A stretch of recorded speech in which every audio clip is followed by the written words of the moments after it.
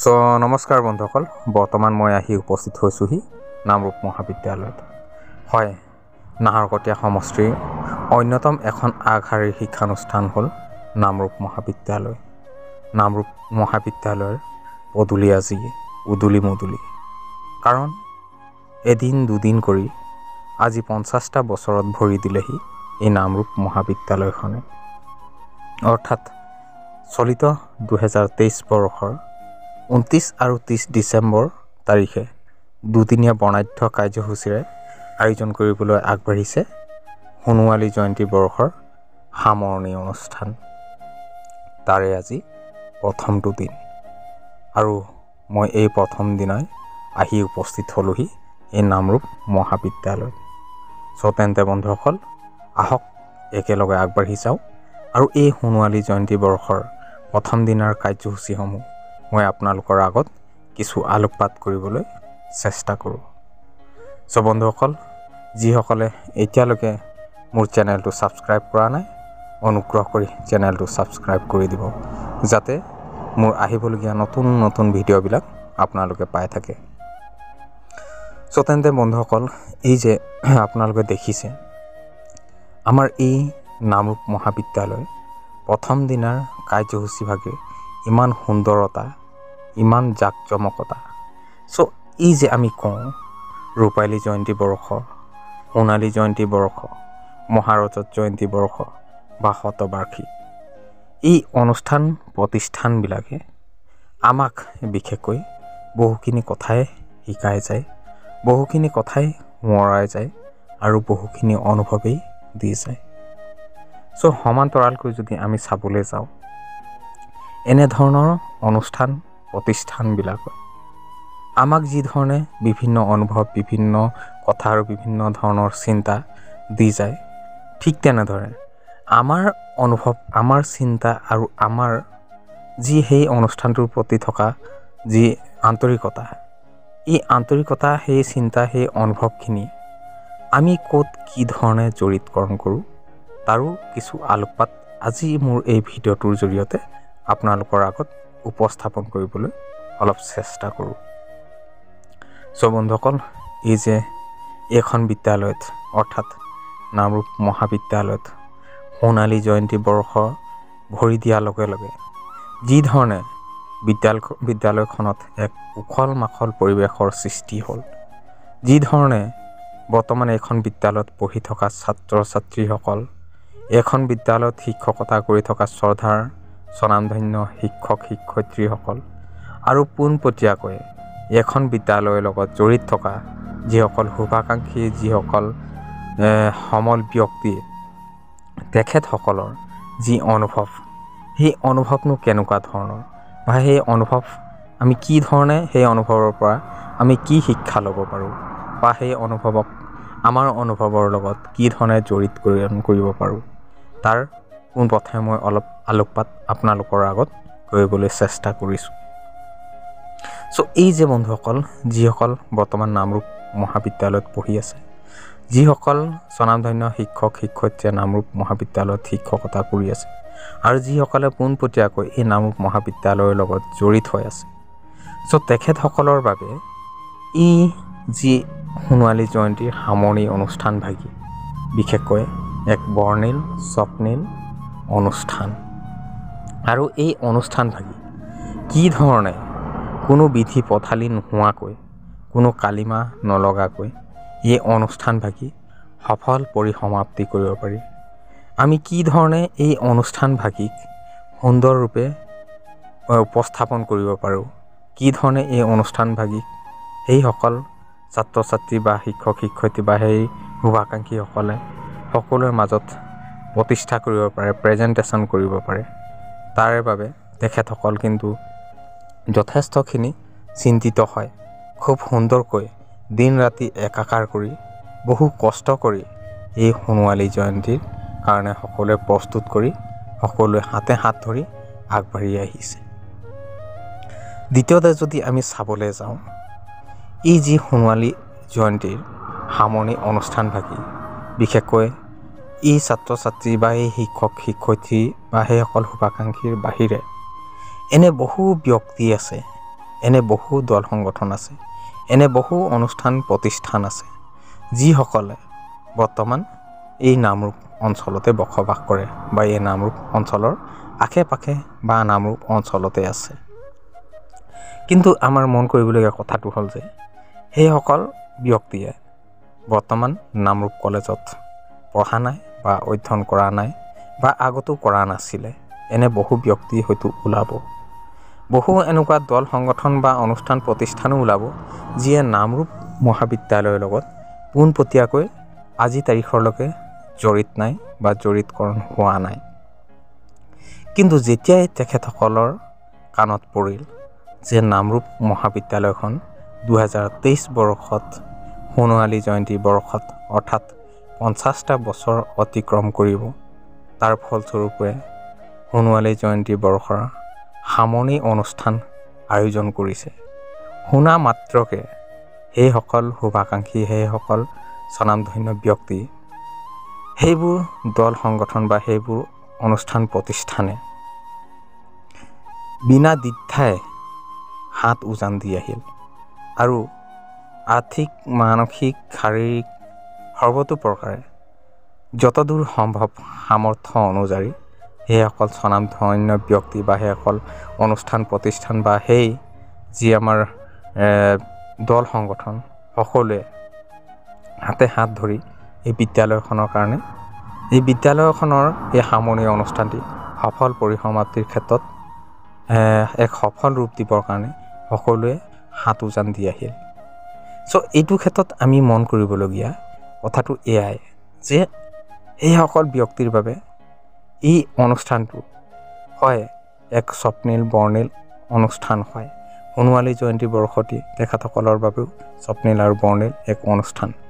লগতে তেখেতসকলৰ বাবে এই অনুষ্ঠানটি এই স্বপ্নীল বৰ্ণিল অনুষ্ঠানৰ উপৰিও বিশেষকৈ তেখেতসকলৰ ক'ৰবাত নহয় ক'ৰবাত দায়িত্ববোধ, ক'ৰবাত নহয় ক'ৰবাত আত্মীয়তা আৰু ক'ৰবাত নহয় ক'ৰবাত এক কৰ্তব্যবোধ, যি ভাৱনা, সেই ভাৱনাই জাগ্ৰত কৰি প্ৰতিটো মুহূৰ্ততে হাত বাউল দি মাতি থাকে। এই যে বন্ধুসকল আমি কওঁ যে আমাৰ নামৰূপ মহাবিদ্যালয়, আমাৰ অনুষ্ঠান, আমাৰ প্ৰতিষ্ঠান, আমাৰ শিক্ষানুষ্ঠান, এই যে সেই আমাৰ শব্দটোৱে ক'ৰবাত নহয় ক'ৰবাত আমাক গৌৰৱবোধ কৰে। ক'ৰবাত নহয় ক'ৰবাত আমাক এনেকুৱা ধৰণৰ অনুষ্ঠান প্ৰতিষ্ঠানবিলাকত আমি দিন ৰাত একাকাৰ কৰি এই অনুষ্ঠান প্ৰতিষ্ঠানবিলাকক আমি যিমান পাৰোঁ সুন্দৰৰূপে প্ৰতিষ্ঠা কৰি, সুন্দৰভাৱে গঢ়ি, সুন্দৰভাৱে সজাই আমি সমাজৰ আগত, আমি আমাৰ শুভাকাংক্ষীৰ আগত, আমি অঞ্চলবাসীৰ আগত, আমি 10জনৰ আগত আমি কিমান সুন্দৰ ৰূপ দিব পাৰোঁ, তাৰ কাৰণে কিন্তু আমি বিনা দ্বিধাই আগবাঢ়ি আহোঁ আৰু সৰ্বতো প্ৰকাৰে যিমান পাৰোঁ আমি সহায় সহযোগিতা কৰি আগবাঢ়ি যাওঁ। এয়া আছিল সেইসকল ব্যক্তি, যিসকল ব্যক্তি নামৰূপ মহাবিদ্যালয়ত কোনোদিন শিক্ষা গ্ৰহণ কৰা নাছিল বা কৰা নাই, আৰু সেইবোৰ অনুষ্ঠান প্ৰতিষ্ঠানে পোনপটীয়াকৈ বিশেষভাৱে নামৰূপ মহাবিদ্যালয়ৰ লগত জড়িত নাছিলে। আৰু দ্বিতীয়তে যদি আমি চাবলৈ যাওঁ, এইসকল প্ৰাক্তন ছাত্ৰ ছাত্ৰী যিসকলে আজিৰ পৰা 50টা বছৰ আগতে একাদিক্ৰমে আৰম্ভণিৰ পৰা প্ৰতিষ্ঠা কালৰ পৰা বেষ্ট অনুযায়ী সেইসকল ছাত্ৰ ছাত্ৰীয়ে এইখন নামৰূপ মহাবিদ্যালয়ত শিক্ষা গ্ৰহণ কৰিছিল।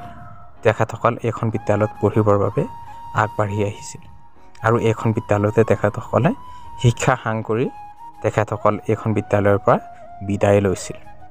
তাৰ মাজতে যদি ক'বলৈ যাওঁ, এনে বহু ছাত্ৰ ছাত্ৰী আমাৰ মাজত নাই, এনে বহু হয়তো শিক্ষক শিক্ষয়িত্ৰীও আমাৰ মাজত বৰ্তমান সময়ত নাই। তেখেতসকল আমাৰ মাজৰ পৰা চিৰবিদায় বহুকেইজনে হয়তো মাগিলে, আৰু সেই স্বনামধন্য শিক্ষক শিক্ষয়িত্ৰী আৰু সেইসকল আমাৰ সতীৰ্থক আমি আমাৰ এই গৌৰৱজল সোণোৱালী জয়ন্তীৰ এই পবিত্ৰ মঞ্চৰ পৰাই তেখেতসকলক আমি শ্ৰদ্ধাঞ্জলি জ্ঞাপন কৰিছোঁ।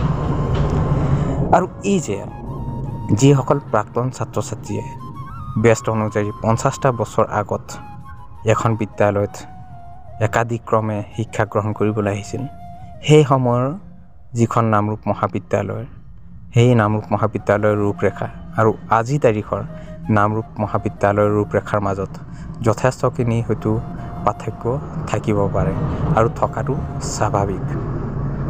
চ' এই যে যিসকল প্ৰাক্তন ছাত্ৰ ছাত্ৰীয়ে আজিৰ পৰা 50টা বছৰ আগত এখন বিদ্যালয় পঢ়িবলৈ আহিছিলে আৰু পুনৰ আজি সোণোৱালী জয়ন্তী বৰ্ষৰ শুনাৰ লগে লগে হাত উজান দি যে এইখন বিদ্যালয়ত আহিছে আৰু যেতিয়া এই ছাত্ৰ ছাত্ৰীসকলৰ মাজতে সোণালী জয়ন্তী বৰ্ষত যিদিনাখন বিশেষভাৱে প্ৰাক্তন ছাত্ৰ ছাত্ৰীৰ সন্মিলন আয়োজন হ'ব, যেতিয়া ইজনে সিজনক লগ পাব, যেতিয়া এক দীঘলীয়া সময়ৰ পাছত সেই পুৰণা সতীৰ্থসকলক লগ পাব, তেতিয়াই হয়তো ৰোমন্থন হৈ উঠিব, নষ্টলজীয়া হৈ উঠিব সেই এৰি অহা দিনবিলাকৰ কথা।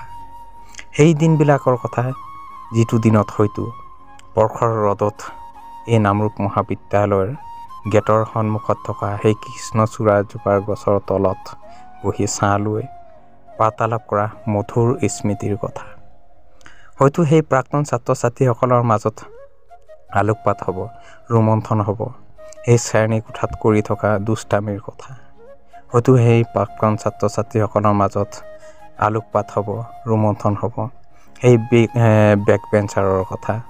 হয়তো সেই সময়ত শিক্ষক শিক্ষয়িত্ৰীয়ে শাসন বা অনুশাসন কৰাৰ ফলত শাস্তি ভোগা সেই প্ৰাক্তন ছাত্ৰ ছাত্ৰীসকল সেই নষ্টলজীয়া সেই ৰোমন্থন কৰি থকা সেই কথাখিনি, সেই এৰি অহা দিনবিলাক হয়তো একেলগে যেতিয়া শাৰী পাতি এই নামৰূপ মহাবিদ্যালয়ৰ চৌহদ যেতিয়া সকলোৱে বহি জাবৰ জোথৰ চফা কৰিছিল, যেতিয়া গছৰ পাতবিলাক চফা কৰিছিল, সেই নষ্টলজীয়া হৈ যোৱা সেই এৰি অহা দিনবিলাকৰ কথা হয়তো তেখেতসকলক পুনৰ ৰোমন্থন কৰাব যে এই নামৰূপ মহাবিদ্যালয়খন আৰু জাকত জিলিকা কৰি তুলিবৰ কাৰণে যেতিয়া সেই নামৰূপ মহাবিদ্যালয়ৰ চৌহদত প্ৰত্যেকগৰাকী ছাত্ৰ ছাত্ৰীকে ৰুই থকা এজোপা ফুল গছ বা এজোপা গছ পুলিৰ কথা হয়তো সেই ছাত্ৰ ছাত্ৰীসকলৰ মাজত ৰোমন্থন হৈ উঠিব।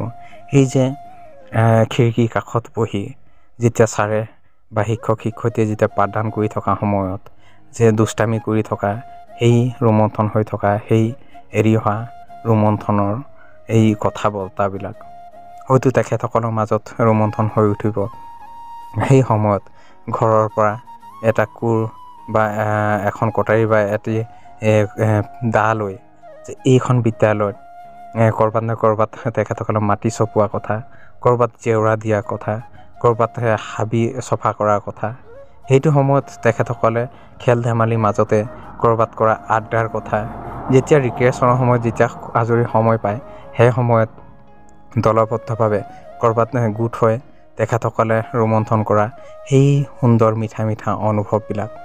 চ' এনেকুৱা ধৰণৰ যি নষ্টলজীয়া যি এৰি অহা ৰোমন্থনৰ কথাবিলাক হয়তো এই সোণালী জয়ন্তী বৰ্ষত যেতিয়া এই প্ৰাক্তন ছাত্ৰ ছাত্ৰীসকলে একগোট হ'ব, যেতিয়া একেলগে ইজনে সিজনক লগ পাব, সুন্দৰভাৱে সেই অনুষ্ঠানতে তেখেতসকলৰ সেই ৰোমন্থন কৰি থকা কথাবিলাক পুনৰ জীপাল হৈ উঠিব আৰু তেনেধৰণে এই অনুষ্ঠানটো আৰু জীপাল হৈ উঠিব, য'ত নেকি সোণত সুৱগা চলাৰ দৰে এই সোণোৱালী জয়ন্তী বৰ্ষতে আৰু জীপাল হৈ উঠিব।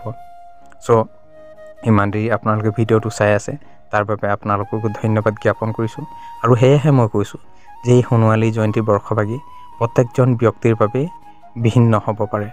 কোনোবা হয়তো এক অনুষ্ঠান হ'ব পাৰে, কাৰোবাৰ বাবে হয়তো এক স্বপ্নিল বৰ্ণিল অনুষ্ঠান হ'ব পাৰে, কাৰোবাৰ বাবে হয়তো এক দায়িত্ববোধ আৰু কৰ্তব্যবোধ হ'ব পাৰে, কাৰোবাৰ বাবে হয়তো আত্মীয়তা হ'ব পাৰে আৰু কাৰোবাৰ বাবে হয়তো এই যে পাহৰোঁ বুলি ক'লে পাহৰিব নোৱাৰা, মচো বুলিলে মচিব নোৱাৰা এক জীয়া স্বপ্নিল কাহিনী, যি কাহিনী এক সোণোৱালী এক ঐতিহাসিক পৃষ্ঠাত লিখিত বা অলিখিতভাৱে থোপ খাই থকা সেই শ্ৰেণী কোঠাৰ ভিতৰত বা সেই কেম্পাছৰ ভিতৰত ৰোমন্থন কৰি থকা এক সোণোৱালী জয়ন্তীৰ এক পৃষ্ঠাও হয়তো হ'ব পাৰে। চ' বন্ধুসকল, আপোনালোকে আজি এই সোণোৱালী জয়ন্তী বৰ্ষত আমাৰ সকলোৰে খুব আদৰৰ, খুব শ্ৰদ্ধাৰ আমাৰ নাহকটীয়া সমষ্টিৰ অন্যতম এখন আগশাৰী মহাবিদ্যালয় নামৰূপ মহাবিদ্যালয়ৰ যি ধৰণে আত্মীয়তাৰে, খুব আন্তৰিকতাৰে, খুব আদৰেৰে আঁকোৱালি লৈ এই অনুষ্ঠানভাগিৰ প্ৰতিটো ক্ষেত্ৰত অৰ্থাৎ সৰ্বাংগীন উন্নয়নৰ ক্ষেত্ৰত যি ধৰণে হাত উজান দি আহিছে, আশা কৰিছোঁ যাতে ভৱিষ্যতৰ দিনতো এনেধৰণে আপোনালোক সহযোগিতা এই নামৰূপ মহাবিদ্যালয়খনত কৰি যাব। আপোনাৰ শ্ৰদ্ধা ভক্তি সহযোগিতাত এই নামৰূপ মহাবিদ্যালয়খন পুনৰ জীপাল হৈ উঠিব তাকেই কামনা কৰিছোঁ। আৰু সদৌ শেষত এই নামৰূপ মহাবিদ্যালয় 50 বছৰীয়া যি গৌৰৱজল সোণোৱালী জয়ন্তী বৰ্ষৰ সফল পৰিসমাপ্তি হওক তাকেই কামনা কৰিছোঁ। আৰু নামৰূপ মহাবিদ্যালয়ৰ তৰফৰ পৰা সদৌতিলৈ মই পুনৰবাৰ এই সোণোৱালী জয়ন্তী বৰ্ষৰ আন্তৰিক শুভেচ্ছা জ্ঞাপন কৰিছোঁ। মোৰ চেনেলৰ তৰফৰ পৰা আপোনালোকক পুনৰবাৰ আন্তৰিকতাৰে শুভেচ্ছা জ্ঞাপন কৰিছোঁ। আৰু সকলোৱে কুশলে থাকক, বিন্দাস থাকক আৰু আপোনালোকৰ প্ৰত্যেকগৰাকী সুস্বাস্থ্য আৰু দীৰ্ঘায়ু কামনা কৰিছোঁ। আৰু পুনৰবাৰ বন্ধুসকল, যিসকলে এতিয়ালৈকে মোৰ চেনেলটো ছাবস্ক্ৰাইব কৰা নাই, অনুগ্ৰহ কৰি চেনেলটো ছাবস্ক্ৰাইব কৰি দিব যাতে মোৰ আহিবলগীয়া নতুন নতুন ভিডিঅ'বিলাক আপোনালোকে পাই থাকে। তেন্তে বন্ধুসকল, বৰ বেছি দেৰি নকৰোঁ, আজি ব্লগটো ইমানতে সামৰি মাৰিছোঁ। সকলোৱে কুশলে থাকক, বিন্দাস থাকক। পুনৰ অন্য এটা ব্লগ অহালৈকে আপোনালোকৰ পৰা বিদায় লৈছোঁ। Bye bye.